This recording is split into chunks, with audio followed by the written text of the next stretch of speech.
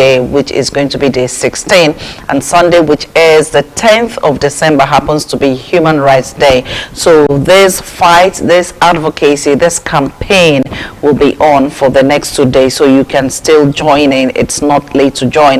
Of course, we know that one thing is important, and in a couple of years, in the last 12 years, there were so many attempts that were made to fight female genital mutilation. We hear of female genital mutilation, we think it's happening just in the rural areas. It's actually rampant. It's a common thing. Yes, it means nothing to them, because to them, for you to go through that practice means initiation into adulthood, into womanhood. Of course, you have to follow with the tradition, with the culture of the place. You have to do that because you want to show your fidelity in your marriage and all that. But our law says no, you cannot do that against these minors, because this is actually done to the minors, and the law is against it. Female genital mutilation, that's one violence against women and the girl child. It's been ongoing in several rural communities, in as much as we know that right now is against the law. Yes, it is against the law, because the Violence Against Persons Prohibition Act 2015, which is the anti-female genital mutilation law, which criminalizes mutilation, was passed by the Senate in the year 2015, and of course signed into law by the former President Goodluck Jonathan. So we can now say that it would be wrong for anyone to engage in female genital mutilation. It would be wrong for any girl child to go through that in the name of tradition of that place, of that area, of that locality. Let's do well to protect the girl child, protect the children, protect the women. That is what this campaign is about, ensuring that there is no form of violence against the women and the girl child, wherever you find yourself, wherever you find them. And we'll continue with this campaign till Sunday. So anywhere, if you visit any rural community, especially as you know that the Yuletide is around the corner, please, for those that be going to the countryside, ensure that you do not watch and allow them carry out this kind of act on any innocent girl, on any minor, in the name of practicing tradition, in the name of it is what we do. Oh, our mothers did it, we did it, so they have to do it. Let's end female genital mutilation, for it is violence against women and the girl child. Okay, enough on that. Let's move on to the headlines for today. I hope you're ready, because our number will be thrown open anytime from now, so that you can call us, react to any of our headlines, any one that is of interest to you. You can be part of it. So we're going to start off with the first one.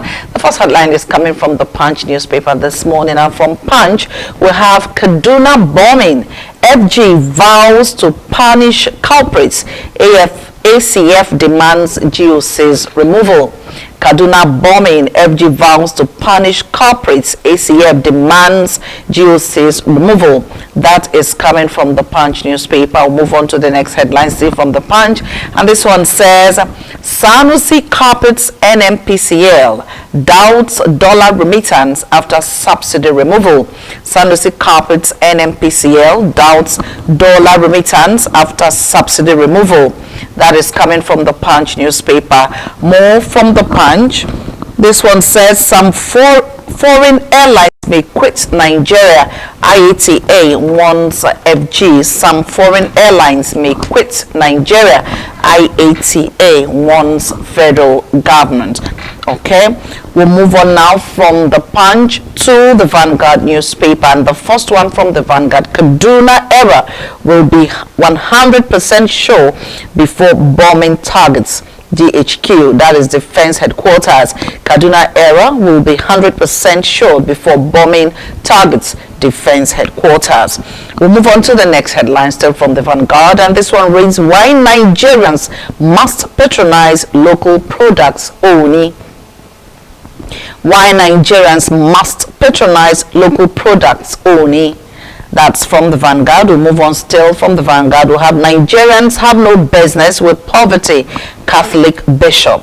Nigerians have no business with poverty, Catholic bishop. And you can see the picture of Bishop Kuka there, Matthew Kuka, who is the bishop of the Catholic Diocese of Sokoto. Nigerians have no business with poverty, Catholic bishop. We'll move on to the Leadership newspaper. And the headline we have from the Leadership says, foreign airlines shun export cargoes over high airports charges, FG. Foreign airlines shun export cargoes over high airports charges, FG. That is coming from the Leadership newspaper. We'll have another one from the Leadership, and it says Dangote refinery set to commence operations as first crude shipment arrives. Dangote refinery set to commence operations as first crude shipment arrives. We'll move on to the Nation newspaper. From the Nation, we'll have Tinubu vows punishment for error bombing culprits. Tinubu vows punishment for error bombing culprits. Okay, still from the Nation, exodus of skilled youths abroad worries federal government. Exodus of skilled youths abroad worries federal government. More from the Nation, court asks Fubara others not to muzzle Rivers Assembly. Court asks Fubara others not to muzzle Rivers Assembly. To the next headline, ECOWAS court declines Niger junta's request to lift sanctions. ECOWAS court declines Niger junta's request to lift sanctions. Those are the headlines we have for you this morning. So you're free to react to anyone that is of interest to you and tell us what you think. Let's hear your thoughts. Let's get your reactions on them. While there were some calls that were coming through while we were reading out the headlines, so please, this is time for you now to call and react to any of them. Odi, please go ahead and display the number. Okay, I have a few interests. I'm going to start off with the Leadership newspaper, where Dangote refinery is set to commence operations as first crude shipment arrives. This is one man's business. This is a private business. This is private sector we're talking about. And our government for years now has been unable, government after government, leadership after leadership, dispensation after dispensation, have been unable to revive our own refinery. Let's hear from this person before we go on. Hello, good morning. Hello. Hello. Hello. Okay. The holiday is on already. Somewhere we're hearing their voices. Okay. They've been unable to revive our refineries, and here it is that an individual is doing that. Hello, good morning. Hello, good morning. Thank you for joining us. Okay, I couldn't even hear your name. I just heard Port Harcourt. My name is Carlo. I'm calling from Port Harcourt. Okay, go ahead, Carlo. Thank you for joining us. Thank you. Like the refinery, Dangote refinery that will commence the first shipment, is it going to reduce the cost of price of oil in the country, or is it doing its own private business? Well, we're hoping that's what the information has, that it will reduce the cost of fuel price in the country. But that's not just all it entails. This is Nigeria, and that's someone's private business. If one person, that's actually my line of thought this morning, if one person can do that, our federal government is able to handle all the refineries in the country. Or if one person can do this, can get this running, that's one man's government is capable of being able to float more refineries and get the ones that have been moribund running. So yes, yes, it should reduce the cost of fuel in the country. We hope so. No problem. Thank you for calling too. We hope so. Bearing in mind that he also has to build shipment in, because he's receiving first crude, operations recommends, and of course he has to pay his staff. So I'm just wondering, that's actually my thought. One person is setting that up. We know what is happening with education in Nigeria. These days, what has happened to our public schools, because they decided to look the other way and happen with the refinery? Just wondering. Hello, good morning. Hello, good morning. Thank you for joining us. I'm calling from the Okay, what's your name, please? My name is Mina. Do us a favor, yourself from wherever you are watching. Turn down the volume. Walk away from. I'm so sorry, I couldn't. Lost due to it. Better still walk away from wherever you're watching. Hear us from your mobile. Hello.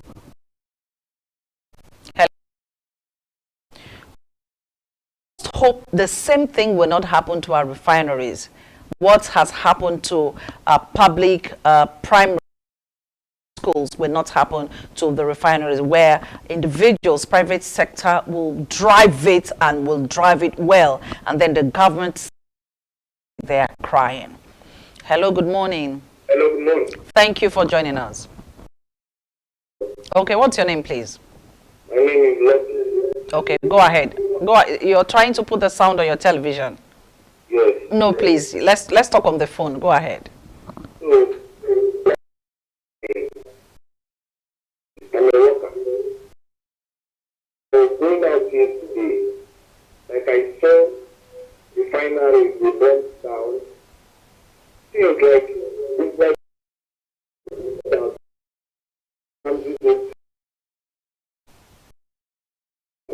Go. why is it that only one man can handle such businesses? Why is it that the government that controls things that controls the resources in the nation, like be able to understand that in the country? That's also because we also know one thing. They always say government is not a good businessman. I'm sure that is what has been playing out. I gave an example of public primary and secondary schools. At a point, of course, we know that years back we didn't have private schools. Everyone went to the public school. But these days, attention has been shifted from the public schools that are supposed to be doing well. We'll have government teachers, well trained. And some of these private schools can't even afford their services. So they just hire the ones they can pay peanuts and allow them run their schools. But if you go to government schools, we'll have qualified teachers. And I'm thinking I'm just believing that we will not get to that point with our refineries. Because if one man will be ready to commence operations because he has received the first shipment into the country, what is happening to our refineries? Our government will keep making promises for, but Hako refinery, we were promised that it was going to start running in December. Today is 8th. We don't see that happening. That will be given. Another day to be given. After being able to march for our percent to start up. We're just, our leaders are just not ready to have the refineries running. Okay. Okay, like, what? How?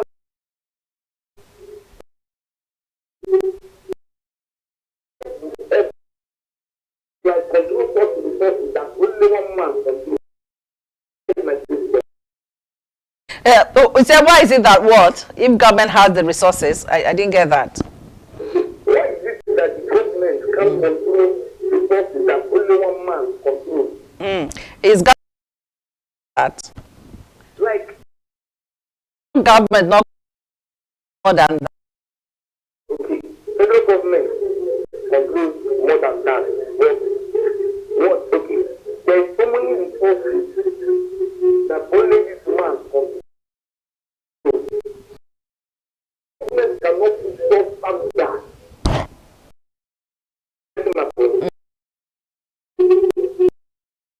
Why? That's a question. Government would have to answer.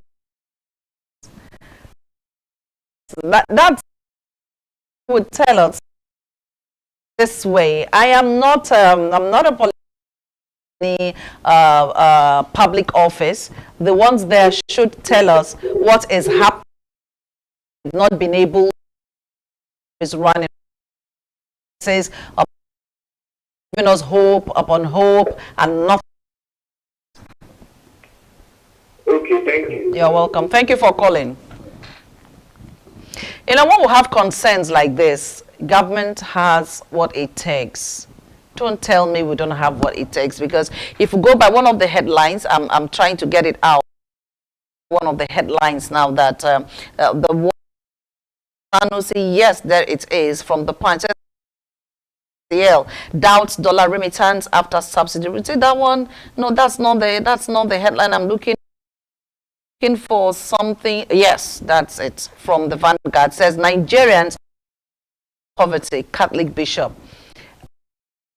Enough. We can actually, if one individual, one person could actually set a market ready to start operations. We're talking about Dangote refinery. What about Port Harcourt refinery, Warri, Kaduna? What is happening to them? Port Harcourt, promises upon promises. We have what it takes to have these refineries running. If Bishop Matthew Kuka says Nigeria has no business with poverty, it is true. We have the resources. I have a caller in here. Let me give the person the opportunity. Hello, good morning.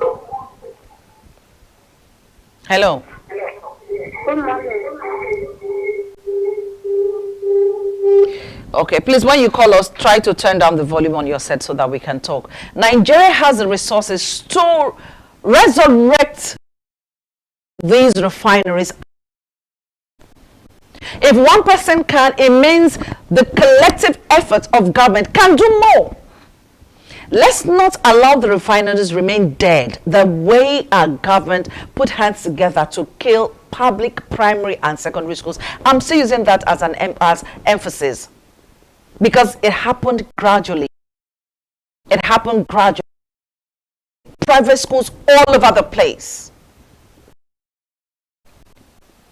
And then nobody talks about the schools. Let's not get refineries. Government begin to refineries and get them right for us.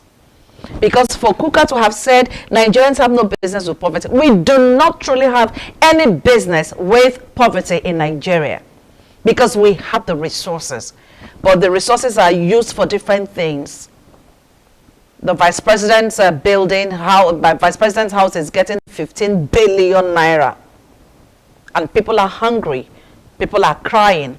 People are looking for food to eat and means of taking their children to school. Hello, good morning. Hello. Okay, so we lost that call. One here. Hello, good morning. Hello. Hello. Okay, I'm sure the caller there couldn't hear us, but the call was still on. So whatever should be done to resurrect and resuscitate our refineries should be considered and done early enough. Hello, good morning. Thank you for calling. Okay. I'm calling from Oyibo. Okay, what's your name, please? Okay, my name is Mina. I didn't get your name because the sound of your television is on. Oh, I'm sorry. Hello. All right, go ahead.